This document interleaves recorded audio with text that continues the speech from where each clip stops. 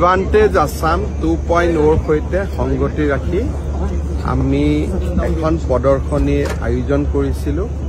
প্ৰদৰ্শনীখনত অসমৰ থলুৱা উদ্যোগ, আমাৰ MSME সকলে কৰা কাম, অসমৰ যুৱ ষ্টাৰ্টআপ সকলে কৰা কাম আৰু অসমত যিমানবিলাক কোম্পানী এক্টিভ হৈ আছে এগ্ৰিকালচাৰৰ পৰা ইণ্ডাষ্ট্ৰীলৈকে সকলোকে আমি আমন্ত্ৰণ কৰিছিলোঁ। এই এক্সিবিশ্যনখনৰ জৰিয়তে যিসকলে প্ৰদৰ্শনীত অংশগ্ৰহণ কৰিব আহিছিলে তেওঁলোকে বহুত বায়াৰ্ছৰ লগত নিজে কানেক্ট কৰিব পাৰিছে।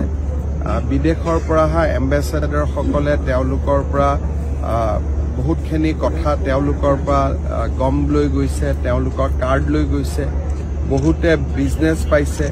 মই ভাবোঁ যে আমাৰ আজি আৰু কালি প্ৰদৰ্শনী আছে। অসমৰ যুৱ যিসকল উদ্যমী যুৱক যুৱতী আছে তেওঁলোকে এই প্ৰদৰ্শনীখন আহি চাব লাগে, বহুত অনুপ্ৰেৰণা পাব আৰু কেনেকৈ অসমীয়া ল'ৰা ছোৱালীয়ে বিশ্ব জয় কৰাৰ প্ৰচেষ্টা কৰিছে তেওঁলোকে অনুভৱ কৰিব পাৰে। মই ভাবোঁ যে এইখন চালে যিকোনো মানুহে অভিভূত হ'ব। অসমৰ ল'ৰাই ড্ৰোন বনাইছে, অসমৰ ল'ৰাই ড্ৰোন বনাই পেলাই ইণ্ডিয়ান আৰ্মিক বিক্ৰী কৰিছে। এই কথাবিলাকতো সাধাৰণতে আমি ক'তো আলোচনাই নকৰোঁ আৰু এই গোটেই কথাবিলাক মিডিয়াৰ অলক্ষিতে বা আমাৰ অলক্ষিতে হৈ আছে। ইয়াত চালে আপোনালোকে গম পাব যে কিমানবিলাক মেটেকা দি মানুহে প্ৰডাক্ট বনাইছে, এমাজনত লৈ গৈ বিক্ৰী কৰিছে।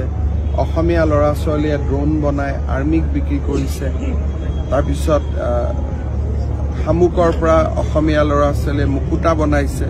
এই গোটেই কথাবিলাক যেতিয়া আমি দেখা পাম, চাম, আমিও উৎসাহী হ'ম আৰু মই আপোনালোকৰ জৰিয়তে আজি আৰু কালি এই যিখন আমাৰ প্ৰদৰ্শনী এইখন চাবৰ বাবে বিশেষকৈ অসমৰ যুৱক যুৱতীসকলক আহ্বান জনাম।